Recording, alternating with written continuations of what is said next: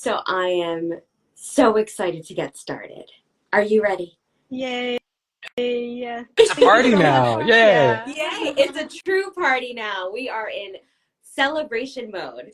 Um, so let me get started. A big hello to our Highlights Foundation family. We are so happy to have you here with us today. We love celebrating, and I'm so happy to have these two wonderful people with us. For those that may not know me, I am Kat Galliano. My pronouns are she, her. I am the social media manager here at the Highlights Foundation, also known as the person resharing your post and responding to your post with the blue and green hearts. This is the human behind all of that.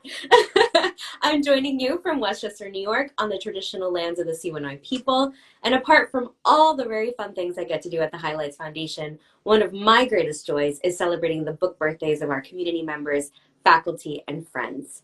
Because all of your wins are our wins. And today I have the honor of celebrating the beautiful new picture book, Love of the Half-Eaten Peach, written by our friend Lee Wind and illustrated by J-Ting Chen.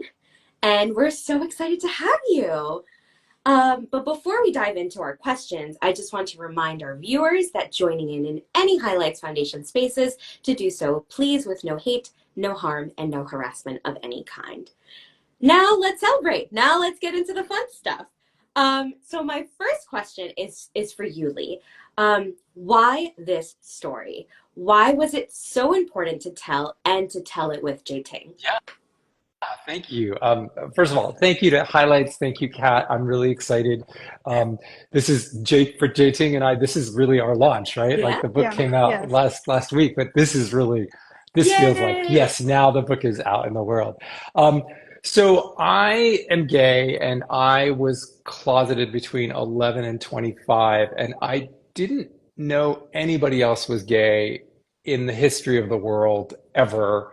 I thought I was the only guy that liked other guys, and there's a huge weight to that. And I think it's hard for kids today to think that they're, um, you know, we know that there are queer people today, which is very, very cool and exciting. But there's still this sort of false facade on history that queerness didn't exist in history. Mm-hmm. So back in 2006, I went to talk, and this guy was talking about the letters between Abraham Lincoln and Joshua Fry Speed that convinced him that Abraham was in love with Joshua.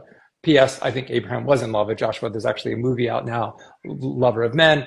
But I got really into it, and I started to do Mm-hmm. all this research about queer history and men who loved men and women who loved women, people who loved without regard to gender, and then also people who lived outside sort of the boundaries of gender. And in doing that research, I came upon this story, the true story that inspired Love of the Half-Eaten Peach. And when I published No Way They Were Gay with Lerner, one of the sidebars was this. And if you, with your indulgence, I'm going to read it. Um, how do you say gay? More than 2,500 years ago in what is now China, the ruler of the state of Wei, Duke Ling, was walking through an orchard with the man he loved, Missy Zia. Zizia picked a ripe peach from a tree and started to eat it. It was so delicious that after a few bites, Zizia gave the rest of the peach to the Duke so he could share it. The Duke was moved by this and said, "How sincere is your love for me? You forget your own appetite and think only of giving me good things to eat." Later, as the philosopher Han Fai Tzu tells us in his book of essays written sometime between 260 and 230 BCE, the Duke fell out of love with Zizia and accused him of committing a crime. "After all," said the ruler, listing the reasons not to trust his former love, "another time he gave me a half-eaten peach to eat." Duke Ling's fickle nature aside, the sharing of the peach and the symbolism of the love behind that sharing became famous. So famous that in Chinese, the expression "love of the half-eaten peach" was used for over 1,000 years as we use the word gay in English to describe two men in love. I could not get that idea out of my mind. And somebody in my life said to me, that would make a cool picture book. And I really struggled with it because, like, it's an adult love story. So how Mm-hmm. is that a picture book for kids? And oh gosh, it was such a long process to do it. But the heart of it was what captured my imagination so much, right? Like how could I tell this story in a way that would resonate for kids and also be this celebration this sort of Mhm. like epic celebration of queer love. So that was why it was so important to tell it. When the manuscript sold to Raycraft, we talked about illustrators, and I said, look, I mean, I can vouch for the queer part of history on Right. this. I'm queer, I can do that, but like we absolutely need to find an amazing illustrator that has some Chinese heritage, some Chinese knowledge, because like that part of it I can't bring to the story, but that's what it needs. And then amazingly enough, Jay Ting, I don't know how they found you, how that connection happened, but it's magic. And the art is just sumptuous and incredible and has that sort of, it's just, I didn't have words for how excited I am. And I'm a word guy. Um, so yeah, so I feel like, the words are like the stories. I think of picture books a lot like a billboard, right? There's when you go on the. I live in Los Angeles. There are a lot of freeways, so like there's all these billboards on the side of the road, right? And like there's this structure. There's like steel and wood that's holding the billboard up, and then there's this very pretty sort of like ad that goes on top of it. So I think like the words are like the structure in a lot of ways, and there's the story structure and then there's the words, but that's only half of it. And then the other half is what the illustrator brings to it. And they have their own visual structure and their own style and their own narrative that they add to it. And it's not like, I mean, Jay Ting and I did not talk at all in the creation. Yeah. While Jay Ting was working on it, it was her story, but it became our story, and that's what's like the most magical moment as a writer of an illustrator manuscript is when you see the art and you're like, oh my gosh. Listen, I don't want to jump the gun too much because like my question about the art is coming, but I do want to tell everybody, if you see this in the bookstore, please, please, please run and grab it and open it, because the art, Jay Ting, your art just like elevated me to places. It took Lee's words and just truly made it soar. Like it was one of those books where you look at it and you're like, wow, I want a print of this in my house. Like it is just so beautiful, and please, people, run and grab it. But also a big shout out to Raycraft for publishing this book, because like you mentioned, Lee, like this is a story that's been around for millenniums, really. And the fact that you found it and you were like, I need to make this happen, and you championed it, and Raycraft was like, yeah, let's do it. Like it is so important to know that love stories like this exist way, way, way beyond our imaginations in times that we don't even think about anymore. So the fact that this exists and that it lives out there and these people's story, I mean, it is just, it was just delightful to read. Anyway, let me jump to my next question, because I could send you all the flowers forever. So let me jump into my second question, which Lee kind of touched upon a little bit, but we do know that you're a prolific researcher, which is essentially how the story came to you. You write nonfiction and fiction, and the story weaves together history and legend and lyricism and so many beautiful things. What did your research and writing process look like? So I figured out, I found this story, I don't know, like I started playing with it, the idea of it being a picture book in 2015, in the summer of 2015. Right now, just for those watching this in recording, it is like, just the end of summer 2024. So there you go, 9 years from idea of, ooh, this is going to be a picture book to like actual picture book published. I don't know that, your results may vary, but like, so I feel like for me, I want to write picture books that are sort of, I tend to write picture books that are sort of like inspired by history, inspired by true story, but I'm not writing nonfiction picture books. And for me, that's a huge pivot, because like if I just wanted to tell the story of them walking through the orchard, the one I read, right? Like, and like, then it's sort of sad, right? Like they fell out of love. Like, ugh, that's a bummer. Like that's not what's exciting to me about the story. What's exciting to me about the story is that moment of love, like for 1,000 years, that's how they said gay in Chinese. Like that was what was exciting to me. So I was like, well, how do I capture that? And then I was like So I kind of like, I do all the research and then I kind of put it aside or like in the back of my mind. And I'm like, how is this a story? How is this a story about kids? And Hmm. then that was the whole idea about perfection and about like what is perfect and how can, if this, if we meet them as children and they're friends and they grow to be teens and young adults and they fall and they're sort of falling in love on that journey, then it's like there's a way in for kids and this idea of like, you know, enjoying something and wanting to share it with someone you care about. Like, I think that feels very, very universal and also very kid friendly, but Hmm. kids are aware of romantic love.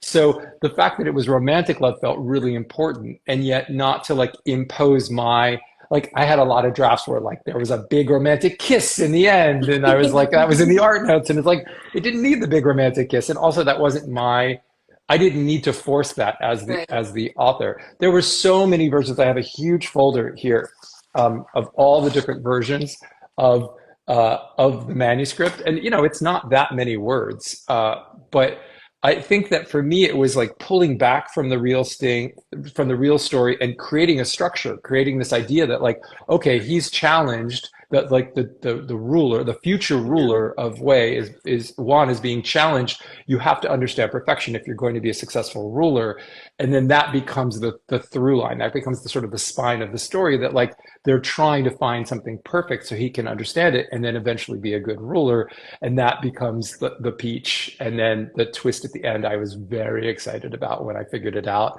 and yeah, and then it was sort of like it was this huge. I kept revising and revising and revising and back and forth with my agent about like, well, it's a, how does this work for kids? And then kind of felt like I had it figured out by 2019. Like, I have a full-time job, so it's not like I'm working on this full time and I'm working on other projects too. But like, I felt like by 2019, I had a version that was like, okay. And then, and could work. And we had a couple of close calls with other publishers, but it ended up being Highlights that was the breakthrough. And I will pause there We'll as pause a there because teaser. that's another question. But I guess my question is for Jating. When did you officially come onto this Mhm. project? I think it was early 21, 22, I think. Yeah, they Rick reached out to me and say, hey, this is a really good story and you came from this background and are you interested? And I read the book and I was like, oh, I have to be in this story. Yeah, I'm very honored that they chose me and I'm happy to be in Lee's story and now it's our story. And I'm really glad, I'm honored to be in this book. I think both of you also touched upon a really interesting thing, which we forget, when, we're all in celebration mode, the book is out and like, yay, but like the time and effort that goes behind it to get to this point, like the fact that you shared that it took 9 years, you just showed your drafts and like the revisions. And then at what point was Jay Ting invited to be part of the project? Like those points I feel like are so important to talk about when we're in celebratory book mode because, it's amazing to have the final product, but like, it's so much more amazing to know the gargantuan effort it took to get there. So I love that you shared those bits and pieces. And now we're going to go right into the art because I've been waiting to talk about the art. Um, the art is just insanely gorgeous. And it took Thank Lee's you. words and just elevated it to a place I think that this story deserved. Um, I think it's watercolor. I am not an artist myself, but I think it might be watercoloring. Jay, talk to us about everything that went into making this book, the process, the illustrations, how, just tell me, I'm ready. I'm ready because let me tell you, I read this book multiple times and I was like, oh, these words, these art, oh my God, I'm singing myself. All right, thank you so much. And I'm really glad you like it. Actually, I'm really glad you asked because it is not watercolor, it's Oh, all digital. Yeah, no and way. yeah, thank you. It took a lot of effort for me for years to mimic this watercolor in Photoshop. And the way I finally did is I have a really thin layer of the base, a really light color, and then use a smudge tool and lay out a dark color on top. so that it really mimics the watercolor quality and Wow. it has this flow. And then I have a scan of a lot of rice paper that we usually do traditional Chinese painting on, and I lay that on top in the final. And that's what you see in the end. And I'm really glad it can trick somebody to think it's watercolor.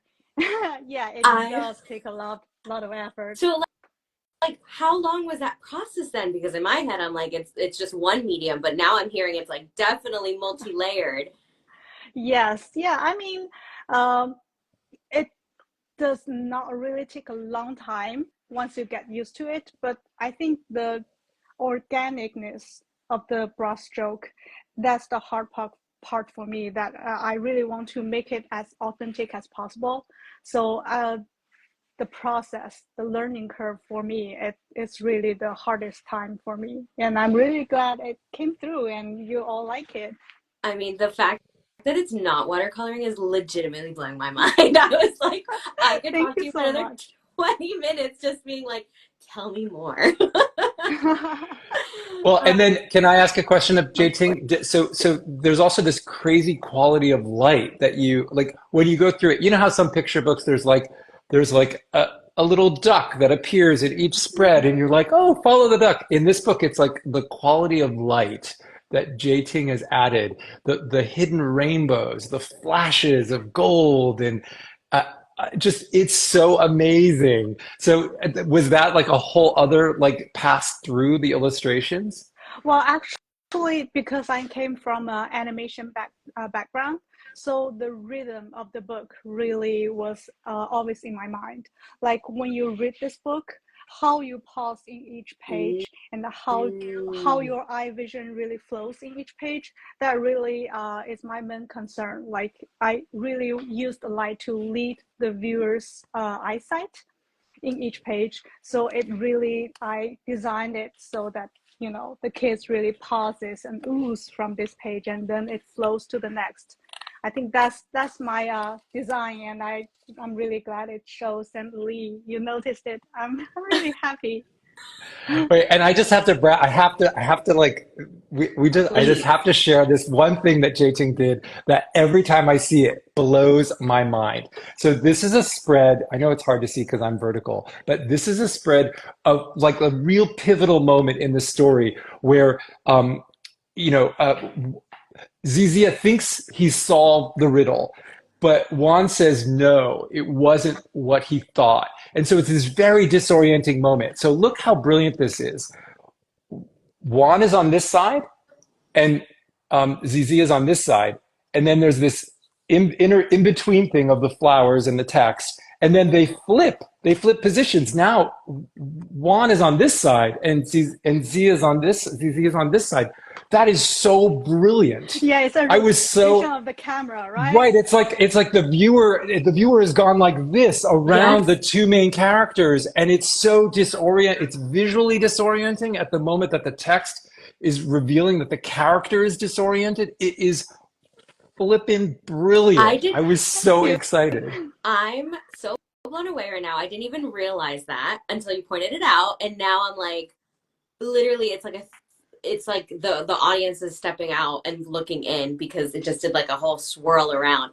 Oh my God, this Yeah, book. and also I know we're in time limits, and I really want to talk about this spread because in this whole book, all art are the full spreads, right? This is Yes. the only spread that we split in three, and this is the spread I really want to change the pace of the reader. It's like a comic book, like you Yes. really read fast, like the The pass of panels. time. So this is the only spread I split them in three, and it really changed the pace and change how the viewers view the story, and it's kind of fastened the time and also paused the time at the same time. So I really want to talk about that. Yeah, and I'm really happy Lee you brought it Which up. was brilliant because that was the pivot moment of the story. Hmm. Like that was Yes. right before the climactic twist. And so it was like a visual twist in addition to the story twist and the text twist. So yeah, it was amazing. I cannot wait to go back and read it because that, like, you're so right. Now that I think about it, it's like it was such a pivotal scene, and it really forced the reader to pause, because then it was like a boom, boom, boom, and you're just like, oh, what's going to happen next? So it really just like amped up the pacing. I know somebody asked if they want to see the cover of the book. I have it on my computer. I don't know how well you'll be able to see it, but yeah, so it is. Hopefully that helps. Yeah. Hopefully that helps so you can order it. Thank you so much for talking about that. Oh my gosh, yeah. And I feel like you did something so creative with that three, like almost like comic panel style. I'm like, maybe others will be inspired to try that, because that was so cool. Like it was Thank like you. just all beautiful, and like, you know, the spreads, and then all of a sudden it was just like getting to that hyper climax moment. You're like, oh my God. And then the art matches it. Oh my God. So cool. Thank So you. cool. I feel like I have to get to my next question, because we could just talk forever. And you know what? I would love that, but not everybody has all the time in the world. But so my next question is, Lee, can you talk about your journey, and how the Highlights Foundation has played a part of it? And kind of like a add-on to that question is, Jie-Ting, I know we have not welcomed you to our campus yet, but you are officially part of our Highlights Oh, Foundation family. So we thanks for cannot having me. wait to see you online or to see you on campus. But Lee, talk to us about how the Highlights Foundation has been a part of your journey. Yeah. So, I mean, my first picture book that got published wasn't, it was with Levine Querido, and it was called Red and Green and Blue and White. And I was very proud of it, but it wasn't queer. And I'm very queer, and I run a blog called I'm Here, I'm Queer, What the Hell Do I Read? And I've been doing that for, good gosh, like 19 years.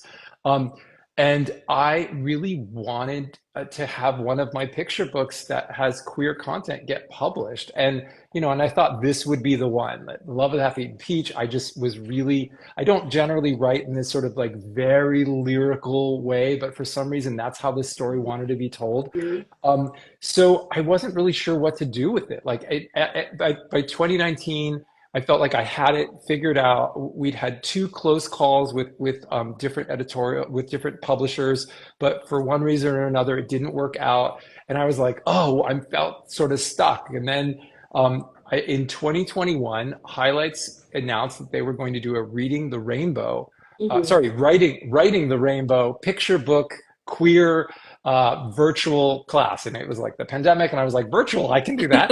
And I signed up for it, and it was taught by Rob Sanders and Leslie Ann Newman, and they had brought in different guest editors, and one of the guest editors was Wiley Blevins from Raycraft, and I was like, huh. And he talked about like what he was looking for, and I was like, ah. So right after the class ended, I mean, I don't even know if the class actually ended. It may have been literally like that night after like going to the session that he was in.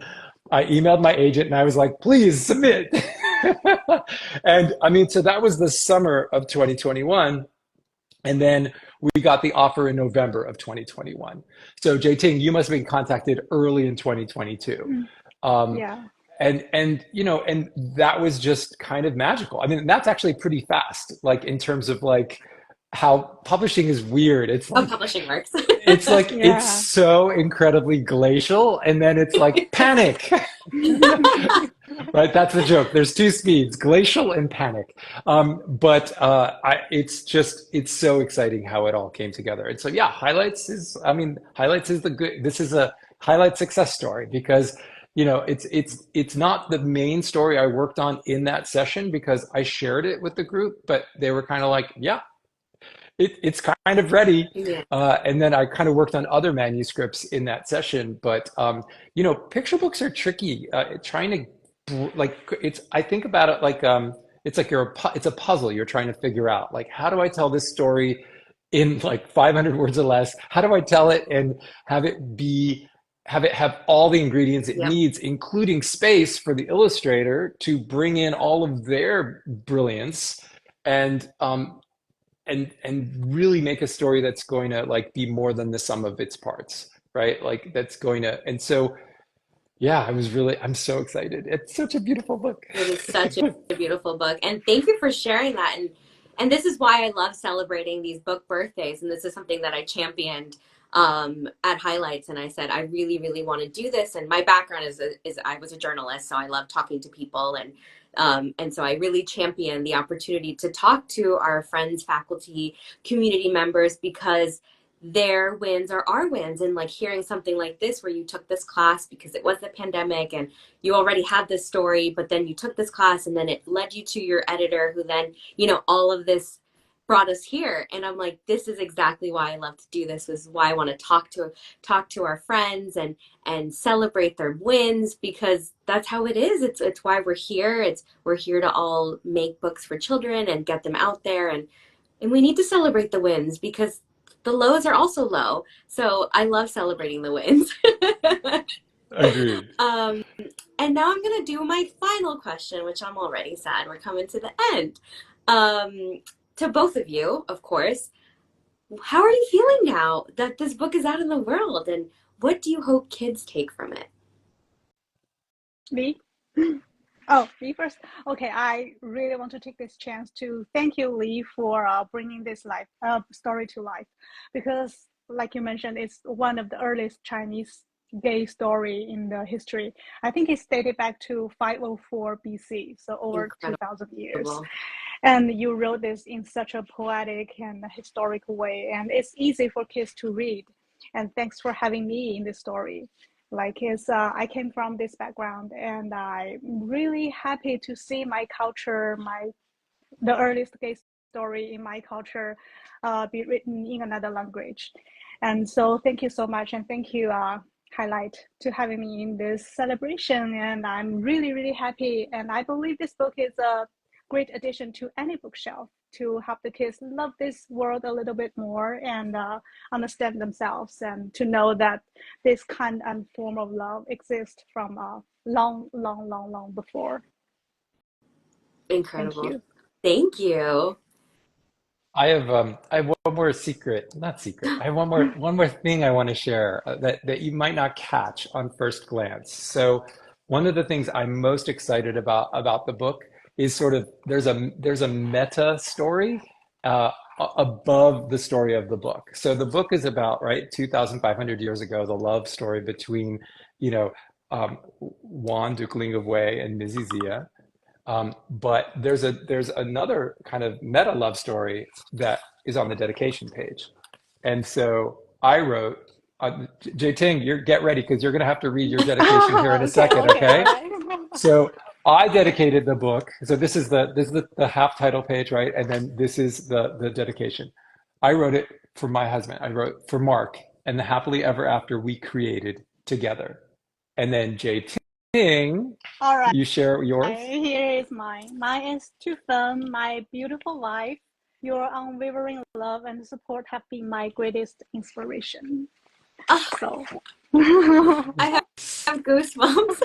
So for me, that is one of the things I love most about the book, that it's not just that, look, in history we have queer role models of love.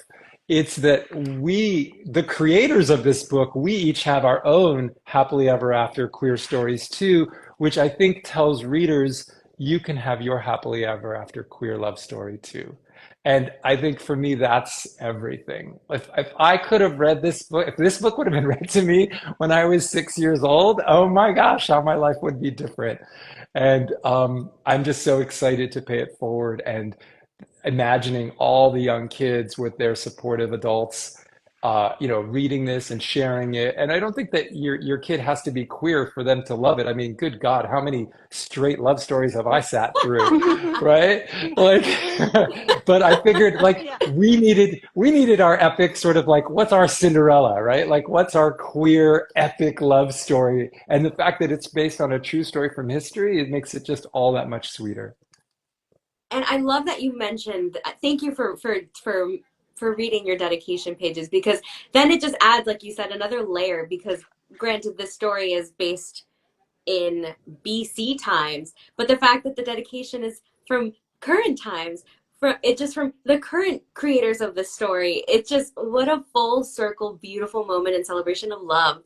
And I can't thank you for sharing that. And that is so special to know that the creators behind them are also celebrating their own love. So it is just a beautiful book, full of love, full of colors, full of lyricism, and it really needs to be on all your shelves because it is just a celebration of all good things that can happen when we allow good things to happen. So that is my final question. I'm going to go through to see if anyone is wrote anything. And while you're doing that, Kat, I'll just add that for Sure. those watching, it's great if you can buy the book, but if you can't afford to, that's okay too. If you request it from your local library, that actually makes a huge difference because libraries are great places for people to discover books. And also, doing a review online, word of mouth, that's actually really how books sell is when you tell someone, oh my gosh, I came upon this amazing book. So there's lots of ways to help. That is absolutely true. And if you can't right now get it, maybe you'll get it at one of the big sales. But also make sure you request it from your local library and all of those things and reviews and things that help amplify the book. I do have a question that asked if if somebody can get a signed copy, if that's possible, if you're working with any indies, to please let us know. Or if it's on your website, just let us know how we can get a signed copy. Yeah, absolutely. Pages in Manhattan Beach, which is my local bookstore, they'll have signed copies, and we can also personalize it when you order it online. You can just put it in the notes field. Yeah, Okay. we're working on that. Yeah. Okay, perfect. So just if so pages in Manhattan Beach, I'll make sure to put that in our blog version of our conversation, and then Jing, whichever one, just email me and we'll update the blog when you have that information. Yeah, and also I want to add one final thing, Yes. maybe before the end of this conversation, and because it's a really famous phrase, 鱼桃知彼. It's the saying of love of the half-eaten peach in Chinese, and I really want to share this with you. And if you want to learn it, it's 鱼 means the rest, like the rest of the peach. 桃 means peach. 知彼 means the habit of and the love of. So it's actually 鱼桃知彼 is the Chinese of this title of the book. It is like the fact that that's like what people said in terms of the use of the word gay is just so incredible to me. First of all, it's so lyrical. Thousands of years. It's so beautiful. First of all, over 1,000 years. Yes. Over 1,000 years. I mean, like, how amazing. And thank you for also mentioning the original phrase. I really appreciate that because I certainly it would not sound as beautiful if I tried. So thank you. Just final going through. There's just lots of love in the comments, so I don't see any other questions except for the one about where we can get a signed copy. Yeah, and so that means I'm going to wrap it up here because this has been such a delight. I can't thank you both so much for reaching out, for joining us today, for allowing us to celebrate your beautiful book. And of course, if you'd like to order a copy not signed, we welcome you to grab a copy through our virtual bookshop, powered by bookshop.org. So thank you, Lee. Thank you, Jing. What a beautiful conversation for a beautiful story. I'm going to add in the hearts right there with you. Well, we should all do it. Let's all three do it. And then someone take a screenshot and send it to me. Molly, can you take a screenshot? Awesome. Thank you both. Have a wonderful day. Everyone, run and get a copy of this book. Order at the library. Run off and review it. It is just delightful. I am honored to have been able to speak with both of you. And thank you, everyone, for joining us. We're so happy. And for those of you that couldn't join us, you'll just rewatch this at your time. So thank you. Thanks, Kat. Thank you, everyone at Highlights. Thank you so Bye, much. everyone.